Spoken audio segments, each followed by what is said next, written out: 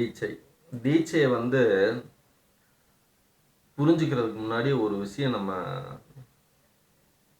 இன்னொரு விஷயம் புரிஞ்சுக்கணும். தீட்சை யாருனால கொடுக்க முடியும், தீட்சை கொடுத்தா அது எப்படி இருக்கும், தீட்சையோட பவர் என்ன அப்படிங்கிறத வந்து நம்ம தெரிஞ்சுக்கணும். தெரிஞ்சுக்காம நெத்தியில கை வச்சா தீட்சை அப்படின்னு நினச்சிக்கிட்டு யார் வேணாலும் தீட்சை கொடுக்கலாம் அப்படிங்கிற மாதிரிலாம் கிடையாது. தீட்சைங்கிறது மிக மிக உயர்ந்த மிகவும் சக்தி வாய்ந்த ஒரு விஷயம். என்கிட்ட இருக்கிற ஒரு 100 கோடி ரூபா நான் சொத்து வச்சிருக்கேன்னு வைங்களேன், அப்படியே எடுத்து உங்ககிட்ட கொடுக்குற மாதிரி, பகுதியை கொடுக்குற மாதிரி, அதுக்கு பேர் தான் தீட்சை. என்கிட்ட இருக்கிறத அப்படியே கடுமையாக பகுதியை பிரித்து அப்படியே உங்கள்கிட்ட கொடுக்குற அளவுக்கு தான் தீட்சை. அவ்வளவு முக்கியமானது தீட்சை. யார் வேணாலும் யார் நெத்தியில் கை வச்சாலும் தீட்சை வந்துருங்கிறதெல்லாம் சும்மா, அது பொய். தீட்சை எப்படி யார் கொடுப்பாங்கன்னு நம்ம சொல்கிறோம். இப்போ முனிவர்கள் சித்தர்கள் இருக்காங்கன்னா அவங்ககிட்ட நிறையா சீடர்கள்லாம் இருப்பாங்க. ஒரு 10 பேர் இருக்காங்கன்னு வச்சுக்கோங்க. எல்லாத்துக்குமே வந்து இவங்க வந்து தீட்சையை வந்து கொடுக்க முடியாது. அவர் கவனிச்சுக்கிட்டே வருவார், யாரெல்லாம் எந்தெந்த வகையில் எவ்வளவு ஞானம் படைச்சிருக்காங்க, அறிவில் எல்லா விஷயத்துலையும் அப்படின்னு பார்த்துக்கிட்டே வருவார். ஒவ்வொருத்தரோட முயற்சிகளை பார்த்துட்டு வருவார். இப்படி பார்த்துக்கிட்டே வந்து தனக்கு பிடிச்ச ஒரு சீடருக்கு தீட்சை கொடுக்கலாம் அப்படின்னு அவர் முடிவு எடுத்தார்னா, அந்த சீடருக்கு சுக்கிலம் வந்து நிறைஞ்சிருக்கணும். சுக்கிலம்னா விந்து வந்து வெளியாகாமல் நிறைஞ்சு தேஜஸாக உடம்பு முழுவதும் அந்த விந்துவோட சுக்கிலத்தோட தேஜஸ் வந்து உடம்பு முழுவதும் பரவி இருக்கணும். அப்படி பரவி இருக்கக்கூடிய ஒரு மனிதனை ஒரு உதவி சிஷியனுக்கு வந்து தீட்சை கொடுப்பார். தீட்சை கொடுத்தா சாதாரணமான ஒரு ஃபங்க்ஷன்லாம் ஆகாது.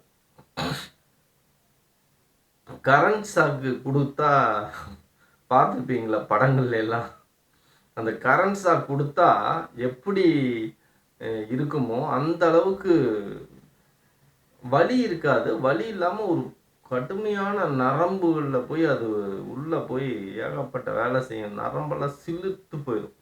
நம்ம ஏதாவது ஒன்று ஒரு சின்ன விஷயத்த விபத்தவோ ஏதாவது ஒன்று பார்த்தோம்னா அப்படியே உடம்பு மெய் சிலுத்து போயிடுவோம். ஒரு நல்ல விஷயத்தை பார்த்தாலும் ஒரு மெய் சிலுத்து போயிடுவோம். ஒரு முதலாக ஒரு காதலியை கட்டி அணைக்கும் போது ஒரு மெய் சிலிர்ப்பு ஏற்படும். உடலுறவின் போது ஒரு மெய் சிலிர்ப்பு ஏற்படும். ஒரு சாமி வந்துருச்சு அப்படின்னா கூட ஒரு மெய் சிலிர்ப்பு ஏற்படும். அதெல்லாம் ஒரு குறிப்பிட்ட சில வினாடிகள். அந்த மாதிரி ஒரு மெய் சிலிர்ப்பு தீட்சை கொடுக்கும்போது வரும், கடுமையாக வரும். அந்த எந்த இடத்துல ஒரு கையை பிடிச்சி கொடுக்கலாம், நெத்தியில் வைக்கலாம், காலை தொட்டு கொடுக்கலாம், எங்கன்னா வேணாலும் கொடுக்கலாம். கட்டை விரலில் பிடிச்சி கொடுக்கலாம், மணிக்கட்டை வச்சு எந்த இடத்துல வேணாலும் அவர் தீட்சை கொடுக்கலாம். தீட்சை நெத்தியில் தான் கொடுக்கணுங்கிறதுலாம் மகா மட்டமான பொய். அதையெல்லாம் நம்பிக்கிட்டு நெத்தி காட்டிக்கிட்டு இருக்கிறதுல எந்த பிரயோஜனமும் கிடையாது. அது சும்மா ஒரு ஒரு ஆரம்ப நிலை சித்து விளையாட்டு மாதிரி ஏமாத்து வேலை, அது பம்மாத்து வேலை அது. அப்படி சிஷியனுக்கு வந்து குரு வந்து தீட்சை கொடுக்கலாம். அது ரொம்ப சுக்கிலம் வந்து தேஜஸாக மாறி இருந்தால் மட்டும்தான் கொடுக்கவே முடியும். இல்லைன்னா அந்த குருவே நினச்சாலும் சிஷியனுக்கு கொடுக்க முடியாது. ஏன்னா அது வேலை செய்யாது. சுக்கிலம் வெளியாகாமல் தேஜஸாக உடம்பு முழுவதும் பரவி இருக்கிற ஒருத்தருக்கு தான் குருவே நினச்சாலும் தீட்சை கொடுக்க முடியும். இப்போ சுக்கிலமே பரவாத ஒருத்தருக்கு போய் குரு தீட்சை கொடுக்க முடியாது. சரி, சிஷியனுக்கு தான் கொடுக்கணுமானாலும் அவசியம் இல்லை. என்னைக்குமே பார்க்காத ஒருத்தர், யாரோ ஒருத்தர், இது வரைக்கும் சந்திக்காத ஒரு மனிதர் அப்போ தான் சந்திக்கிறோம் அப்படின்னா கூட அந்த குருவுக்கு அவரை தெரிஞ்சிடும். அவர் யார், எப்படிப்பட்டவர், எவ்வளோ நாளாக அவரோட வாழ்க்கை எப்படி இருக்கிறது, சுக்கிலம் வந்து அவருக்கு தேஜஸாக மாறி இருக்கா அப்படின்னு அவர் புரிஞ்சதுக்கு அப்புறம் அவர் பார்த்தாவே தெரிஞ்சு போயிடும். அந்த குருவுக்கு, சித்தருக்கு, அந்த ஞானிக்கு, யாரோ ஒருத்தர் வச்சுக்கோங்க, பார்த்தாவே தெரிஞ்சு போயிடும். பக்கத்தில் வந்து நின்னாவே தெரிஞ்சு போயிடும். ஓ, இவர் வந்து ரொம்ப கடுமையான ஒரு பற்றுல வந்து இருந்திருக்காரு. தெய்வீ நிலையை அடையணும்னு. அவரு அதுக்கு கடுமையா போராடி இருக்காரு, முயற்சி பண்ணியிருக்காரு, நம்மள நாடி வந்திருக்காரு அப்படின்னா அவருக்கு குடுக்கலாம்னா குடுக்கலாம். குருன்னு நினைச்சா குடுத்துக்கலாம். ஆனா, சுக்கிலம் தேஜஸ் ஆகாம இருக்கிற ஒருத்தருக்கு யாருனாலயும் முக்தி குடுக்க முடியாது, பக்தியும் குடுக்க முடியாது, ஒண்ணும் குடுக்க முடியாது. அத புரிஞ்சுக்கணும். ஒரு 1/2 மணி நேரம் மெடிடேஷன் இருந்தீங்கன்னு வைங்களேன், யாராவது உங்களுக்கு தீட்சை குடுப்பாங்க. 1/2 மணி நேரம், 1 மணி நேரம், 1/2 மணி நேரம் உங்களை எல்லாம் ஒரு 20 நிமிஷம் உட்கார வச்சாவே உங்களுக்கு தூக்கம் வந்துடும். அப்படி மயங்கி தூக்கம் வர்ற நேரத்துல உங்களை நெத்திய பிடிச்சி அப்படியே அமுக்கணும்னா மட்டும் அது தீட்சை கிடையாது. ரொம்பவும் அவனுங்களுக்கு தெரியுதா இல்லை இவனுங்களுக்கு தெரியுதா இல்லை என்னன்னே தெரில. இவனுக்கு எதுவுமே எப்படி இப்படியெல்லாம் பண்றாங்கன்னே தெரில. அது ஒரு ஒரு கடவுள் பேரால வந்து மக்களை ஏமாற்றக்கூடாது. ஒரு சமயம் அவங்களுக்கு ரொம்ப பெரிய மனசாங்க கூட இருக்கலாம். சரி, நம்மனால அவங்களுக்குள்ள ஒரு நம்பிக்கையும் கூட இருக்கலாம். நம்ம தீட்சை கொடுக்குறோம் அப்படின்னு நினச்சி கூட எல்லாத்துக்கும் ஒவ்வொருத்தருக்கும் நெத்தியில் வச்சு தீட்சை கொடுக்கலாம். அவங்களுக்கு தீட்சைன்னா என்னன்னு தெரியாமையே இருந்திருக்கலாம். அவங்க தன்னை கடவுளாக கூட நினச்சிக்கிட்டும் கூட கொடுக்கலாம். அது கூட அவங்களோட விருப்பம். ஆனால் தீட்சைங்கிறது சர்வசாதாரண விஷயமே இல்லை.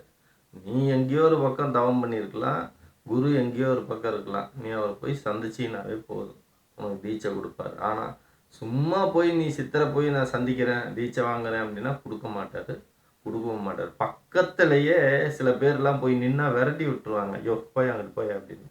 பஸ்ஸில் ஒருத்தங்கிட்ட போய் உட்கார்ந்து நம்மளால பயன் பண்ண முடியாது.